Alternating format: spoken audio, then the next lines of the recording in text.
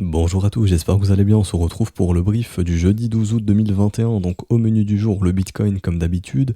J'irai parler aussi d'Ethereum, qui pour la cinquième journée consécutive, si je dis pas de bêtises, clôture au même endroit. Donc attention, vigilance ici. Et on parlera également de, j'ai sélectionné pardon, aujourd'hui XRP et Ethereum classique. XRP qui bouge un petit peu, j'en parlerai. Par contre, c'est pas la bonne charte, il me semble. Bitfinex, voilà. Donc le W, donc on parlera ensuite, un signal d'investissement d'ailleurs pour ceux qui suivent les briefs sur ce genre de structure, à ce niveau de prix bien entendu. Et je parlerai d'Ethereum classique qui fait comme XRP, mais enfin comme faisait XRP il y a quelques jours. Donc j'en parlerai. Alors Bitcoin pour le moment.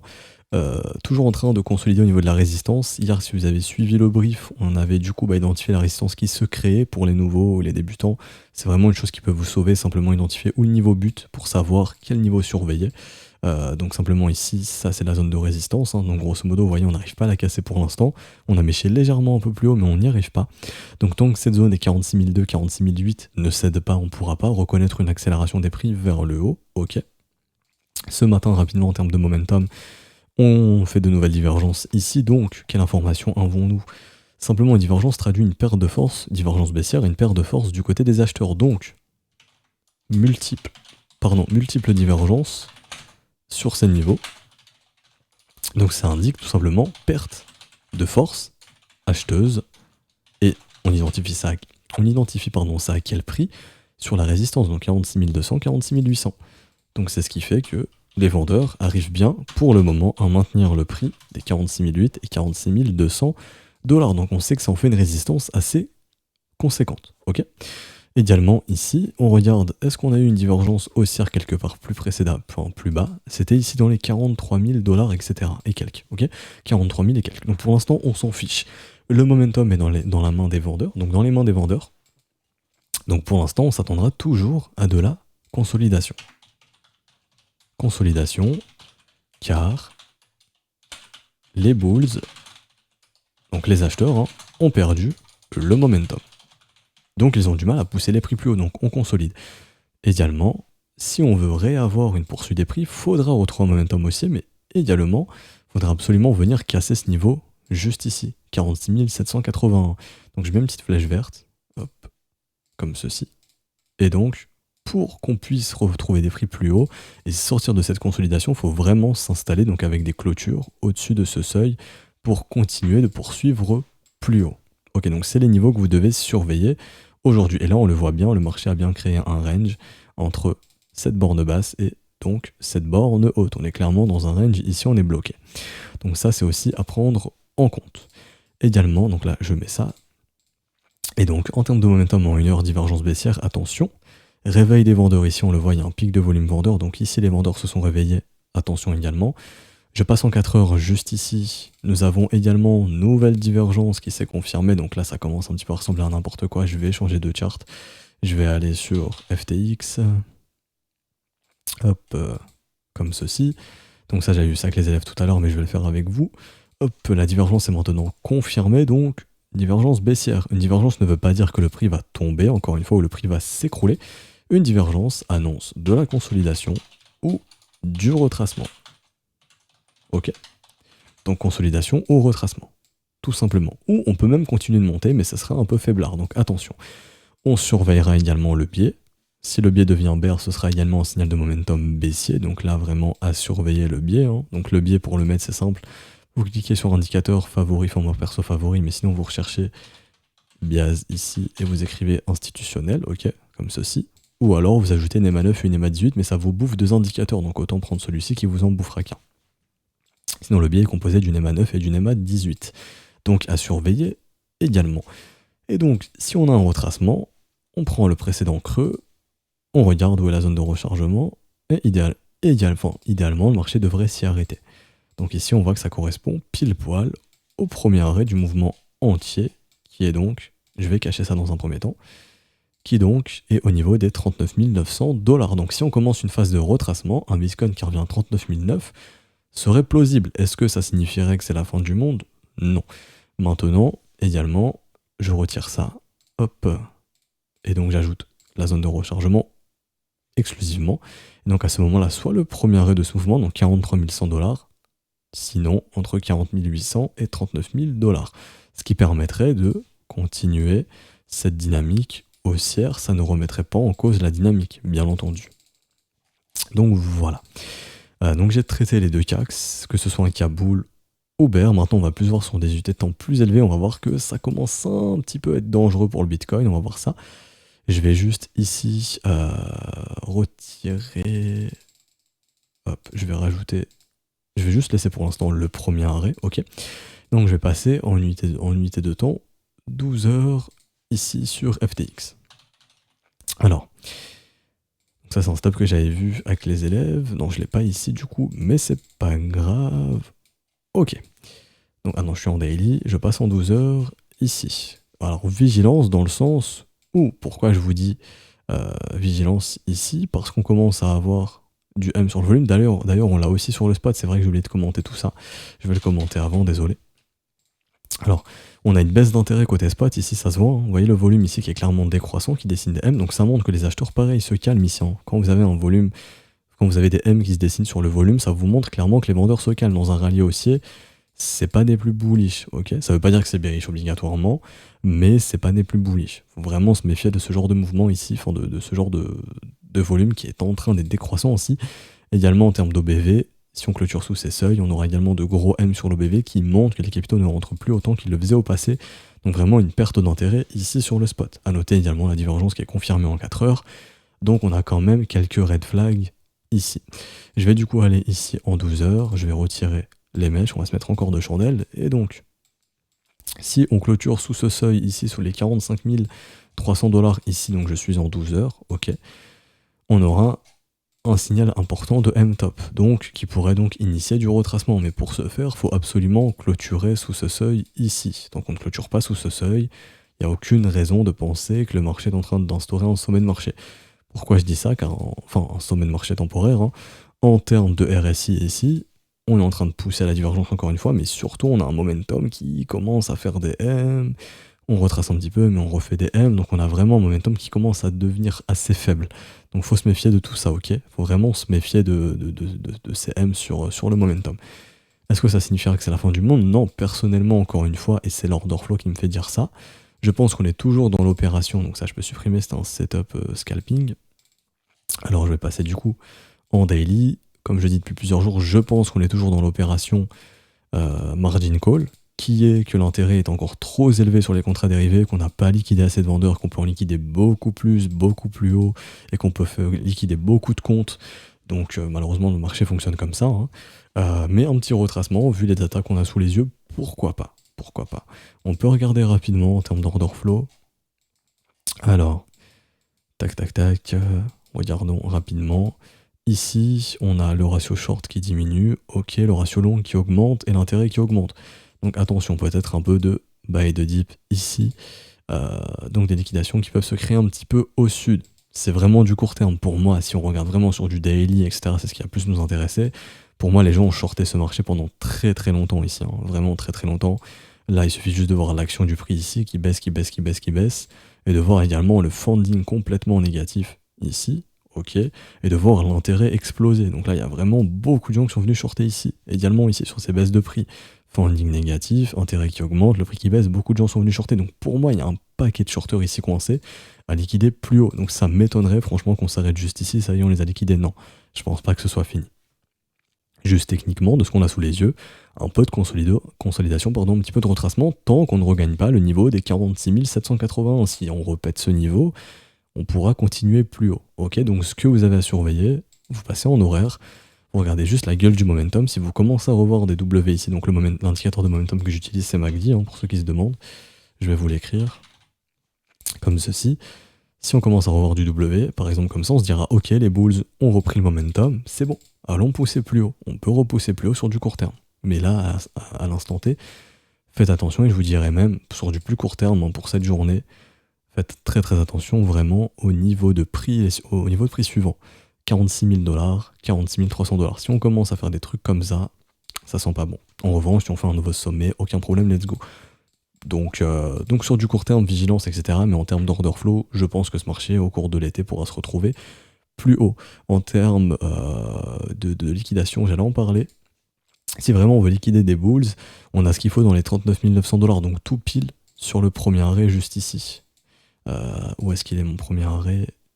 Il est pas ici, il est sur Coinbase. Du coup, je vais aller sur Coinbase juste ici, je vais remettre les petites mèches. Non, il est pas ici non plus, bon, c'est pas grave. On va pas se prendre la tête. Hop, le premier arrêt, ici, 39 900, là où on a nos gros pics de liquidation. Donc si le marché veut venir chercher ce gros pic de liquidation, à ce moment-là, le premier arrêt serait un excellent endroit pour buy the dip, entre guillemets, hein, pour justement essayer de suivre la tendance. Encore une fois, on peut ne pas y aller. Vraiment, j'y tiens, on peut ne pas y aller. Mais si on y va, c'est une bonne opportunité pour recharger en Bitcoin, pour poursuivre le mouvement plus haut. Voilà. Donc j'ai fini pour Bitcoin, j'ai fait une update assez grosse. J'ai pas grand chose à dire de plus, honnêtement. On va se pencher sur le cas Ethereum qui est un petit peu plus inquiétant, entre guillemets. Où Ethereum, ça fait quand même depuis 1, 2, 3, 4, 5 jours qu'on clôture au même niveau. Donc là sur Coinbase, ça vend massivement le niveau des 3165 $. On est dans cette grosse zone de combat ici. Sur du court terme, le momentum est un peu moins inquiétant que celui de Bitcoin, il me semble. Voilà, sur Ethereum, il y a toujours du W, il n'y a pas encore de divergence baissière ici. Donc momentum un peu plus fort sur celui d'Ethereum. En 1 heure, par contre, en 1 heure, les divergences sont confirmées ici. Donc momentum faible en 1 heure, assez fort en 4 heures. Donc voilà, pareil, consolidation sur cette grosse résistance. On est en train de créer une grosse résistance, là on le voit clairement. Si je passe avec les corps de chandelle exclusivement, bon bah voilà, hein, qu'est-ce qu'une résistance? C'est un niveau où le marché bute. Bon bah là, je pense qu'on peut pas faire mieux, hein, on est clairement en train de buter ici depuis plusieurs jours. Si on a un rejet, si on commence à perdre le niveau des 3000 $ ici, ça ouvre les portes à un retracement, et donc à ce moment-là, à mon humble avis, un petit tour sur le premier arrêt de même dans les 2670 $. J'ai les liquidations ici, et on a des pics de liquidation également ici, 2625, 2740, donc autour du premier arrêt, il y a de grosses liquidations à venir chercher si le marché veut venir les chercher encore une fois. Si on s'affranchit du niveau des 3275 $, on poursuivra plus haut et vous connaissez les target zones de rechargement de short, donc entre 3350 et 3800 $, grosso modo. Pas plus de choses à dire honnêtement. Sur Ethereum, notez bien ici cette zone de combat entre 2892 et 3275, le marché pourrait y rester bloqué plusieurs jours, tout simplement. Donc je vous mets comme d'habitude les flèches qui traduisent une zone de combat. Hop. Et pour finir aujourd'hui... Ah non, merde. Ok, non, c'est l'autre chart. Et oui, pour finir aujourd'hui, XRP ETC. Donc XRP, zone de rechargement à nouveau pour ceux qui souhaitaient recharger en XRP, c'était là-dedans qu'il fallait le faire. Également, ceux qui attendaient une structure, dans mon cas par exemple, que le marché se retourne, donc que le vent change de sens, enfin que le vent tourne, hein, on passe d'un vent vendeur à un vent acheteur, entre guillemets, pour la métaphore, à ce moment-là, le signal a été donné en cassure des 73 centimes, le W dans la zone de rechargement. Donc là, il y avait toutes les conditions pour entrer en position ici. On arrive sur le premier arrêt, rappelez-vous, c'est un niveau très important, on peut être dans un dead cat band, c'est-à-dire un faux rebond pour faire ça. C'est le rôle du premier arrêt, si ce n'est pas le cas, on va le casser, donc à ce moment-là, on se dirigera en zone de rechargement de short entre 1,40 $ et 1,67 $. Ceux qui ont pu acheter dans cette zone de rechargement, petite recommandation, ça pourrait être intéressant de songer à récupérer un peu de profit là-dedans, sait-on jamais. Voilà, donc XRP, pas grand-chose d'autre à dire. Surveillez bien le niveau des 1,08 $, 0,6 ici sur Bitfinex, sur XRP USD. Juste tracer le premier arrêt, hein, qui est très important, on voit qu'on est en train de buter dessus. Si on le casse, vous savez qu'il y a une opportunité pour aller entre 1,40 $ et 1,70 $ sur XRP. Et encore une fois, pour moi, à long terme, on est clairement dans une dynamique haussière, on est dans un marché qui fait des W mensuels, même des W trimestriels, même si je dis pas de bêtises, hein, à vérifier. Ouais, petit W trimestriel, donc c'est une dynamique qui est assez puissante. Pour moi, XRP a de grosses probabilités de venir faire un sommet de marché en cas de cassure des 2 $. Et en cas de cassure des 2 $, encore une fois, vous connaissez les targets à un minimum entre 5,30 $ et 6,50 $. Donc ça peut mettre du temps, mais la dynamique est plus bull que bear, jusqu'à preuve du contraire, sur du long terme.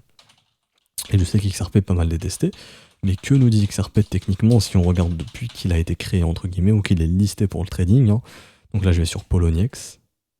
Hop. Ok. Ça fonctionne pas, je sais pas pourquoi. XRP USD Poloniex. Ok, c'est bon. Alors, ça, on s'en fout. Quand on voit la tête de la charte, c'est un asset qui est haussier à long terme.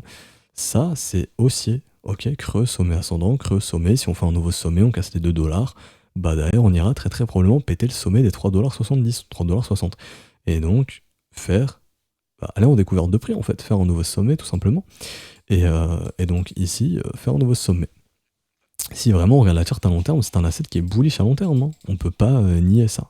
Depuis sa création, XRP est bullish. Ce qu'il fait souvent, c'est range, cassure, accélération. Range, cassure, probablement accélération. Je vous dis pas qu'on ira à 1000 $, hein. Encore une fois, faut que la capitalisation soit réelle. Je pense que sur charts, non ça on s'en fout, sur charts, CoinTrader Pro, je peux choper le market cap d'XRP depuis sa création, très très probablement. Yes, et encore une fois, ça dépend pour vous, qu'est-ce qu'un market cap réaliste pour XRP? Ici, il était venu chercher, si j'ai bonne mémoire, 14 milliards, non, 148 milliards de market cap, pardon. 148 milliards, on est aux alentours des 45 milliards à l'heure actuelle. Je vais vérifier ça, mais je pense que c'est ça, hein. C'est bien ça, 47 milliards. Donc, est-ce que pour vous, un XRP à, je sais pas, moi, 500 milliards de market cap, c'est réaliste? Si oui, bah, vous savez que du prix actuel, enfin, XRP peut se retrouver à 10 $ si vous estimez que, par exemple, 500 milliards de market cap, c'est réaliste. Si ce n'est pas réaliste, à ce moment-là, on n'ira pas chercher ces 10 $, tout simplement. C'est pas moi qui fais les targets, c'est le marché qui fixera les prix, tout simplement. Mais en tout cas, en cas de nouveau sommet, la zone d'extension qu'on a vue juste avant, entre je sais plus 5 $ et quelques, devient très réaliste. Et en logarithmique, il faut savoir que le marché aime beaucoup généralement venir chercher ces targets en logarithmique, comme ceci. Hop. Donc garage zone. Les prix seront beaucoup plus hallucinants. Je dis pas qu'on ira les chercher encore une fois, mais là on voit qu'en logarithmique, ça fait un XRP entre 30 $ et 120 $ au cours de ce cycle. Si on vient bien chercher cette extension de prix, qui ont déjà été cherchés au passé, hein. Ici, on est bien venu chercher cette extension, et ici également. On a même dépassé ici, tellement le rallye était assez conséquent, mais on a dépassé. Donc généralement, on vient chercher ces extensions. Je vous dis pas qu'on viendra chercher 30 $, entre 30 et 100 $. Ce sont juste des extensions, des targets théoriques. Et donc à ce moment-là, il faut calculer 30 $, ça fait combien en termes de market cap? De ce que j'ai sous les yeux, de tête, ça ferait 1500 milliards. Est-ce que pour vous, un XRP qui a un market cap de 1500 milliards, c'est réaliste ou pas? Si pour vous c'est réaliste, à ce moment-là, ce prix des 30 $ devient réaliste. Si ce n'est pas réaliste, ce prix pour vous n'est pas réaliste, mais le marché nous dira si c'est réaliste ou pas. J'espère que vous comprenez un petit peu. En tout cas, à long terme, hein, j'insiste, mais vraiment, l'asset est plus bullish que bearish, et il reprend une jolie dynamique. Même, je dirais, en logarithmique, on est en train de créer une dynamique parabolique. Je vais essayer d'avoir ça autrement. XRP BTC Poloniex fois BTC USD Bitstamp. Voilà. Tac. Et donc, j'ai l'impression d'avoir un discours bullish à mort sur XRP, alors qu'honnêtement, je m'en fous du fondamental, j'en ai rien à foutre, etc. C'est vraiment techniquement ce que j'ai sous les yeux. À long terme, c'est pas bearish, je suis obligé de vous le dire. Mais ici, j'ai l'impression qu'en logarithmique, on est en train de créer ce qu'on appelle une dynamique parabolique, généralement qui s'accélère ensuite. Je vous dis pas qu'on ira à 100 $ encore une fois, mais si on est réellement dans ce cas, sachez qu'on est en train de créer justement ce qu'on appelle une dynamique parabolique. Et donc, la dynamique parabolique peut s'exprimer de cette façon également. Hop, hop. Et donc, quelque chose comme ça. Vous voyez un petit peu une dynamique simplement parabolique. Ok? Comme on avait déjà eu, je sais pas moi, au passé, sur plein d'assets. Là, j'ai pas d'exemple en tête, mais si on trouve des assets, Bitcoin. Bitcoin, tout simplement. Bitcoin, si vous regardez la hausse du marché en 2017, c'est clairement une hausse de marché qui est parabolique. On a suivi une dynamique parabolique, comme ceci. Hop, hop.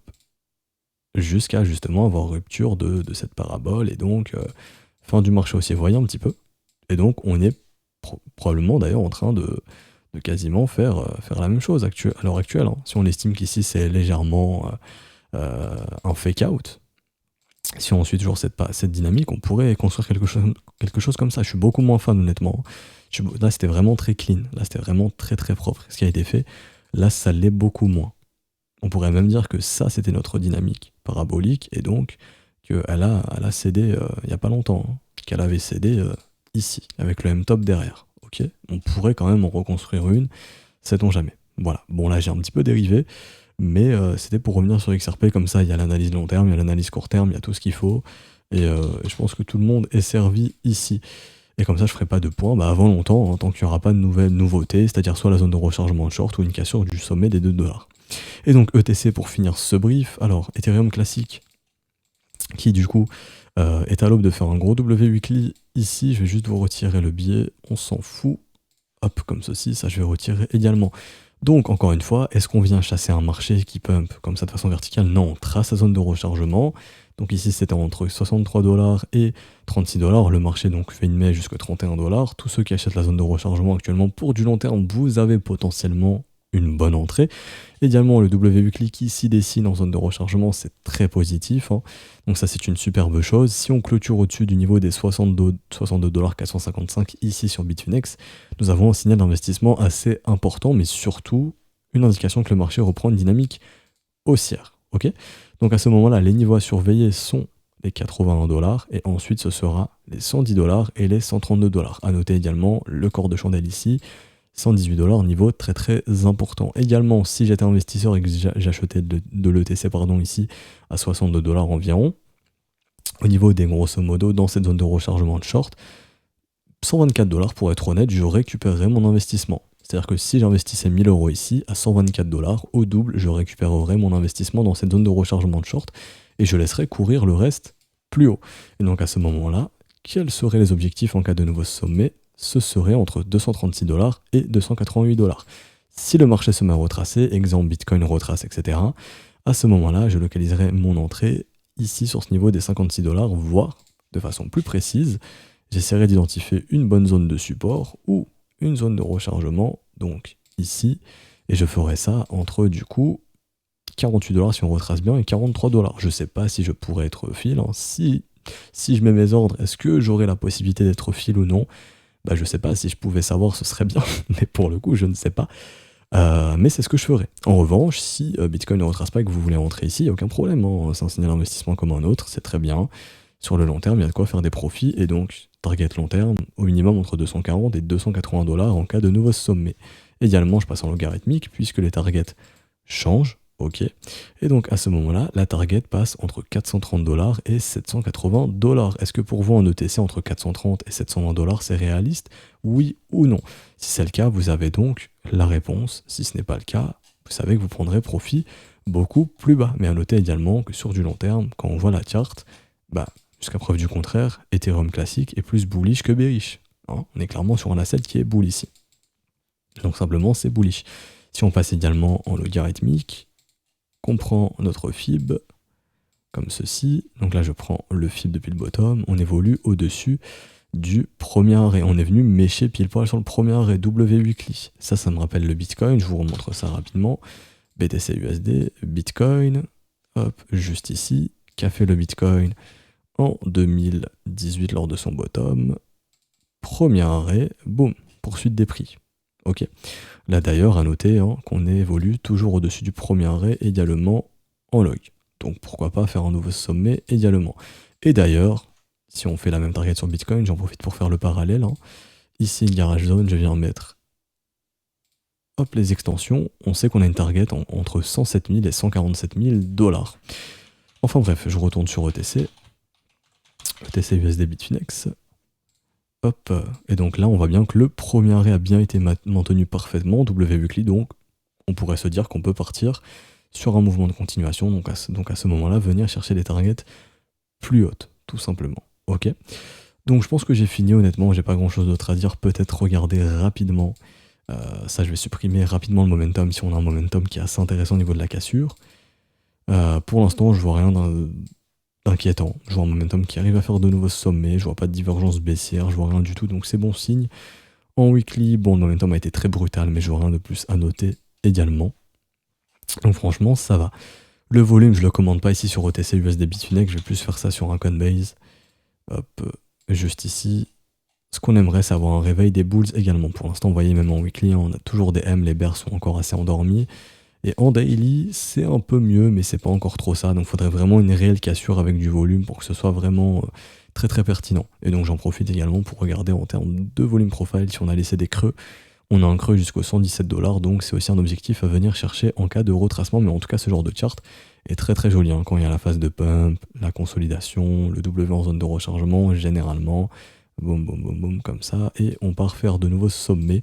Donc ETC, à l'heure actuelle, redonne une pattern vraiment intéressante en termes... Enfin, graphiquement, il est vraiment de nouveau très intéressant. Donc voilà, on va s'arrêter ici pour aujourd'hui. J'espère que ça vous aura plu. Si c'est le cas, n'hésitez pas à laisser un petit pouce bleu, à vous abonner si ce n'est pas déjà fait. Si vous souhaitez rejoindre l'école et donc apprendre tout ça, vous pouvez le faire. Il y a des cours, il y a des briefs tous les matins, disponibles en rediffusion à tout moment, disponibles à tout le temps. Même après, quand vous quittez l'école, c'est toujours disponible. Les cours, bien entendu, pas les briefs, mais les cours vous seront encore dispo. Et donc, si vous souhaitez rejoindre l'école, je vous recommande de le faire plus via les modalités crypto à ce stade du mois. Donc, tout est expliqué dans le bienvenu du Discord, hein. Les modalités sont ici. Paiement en Bitcoin, Ether ou USDT. Concernant les frais USDT TRC20, il n'y a pas mieux. Donc voilà, si jamais USDT TRC20, c'est mieux même pour vous, hein. Si vous avez des fonds à transférer d'exchange en exchange, privilégiez l'USDT TRC20 quand vous le pouvez. Niveau frais, il n'y a pas mieux. Du coup, on se retrouve demain. Je vous souhaite une bonne journée. Ciao, ciao.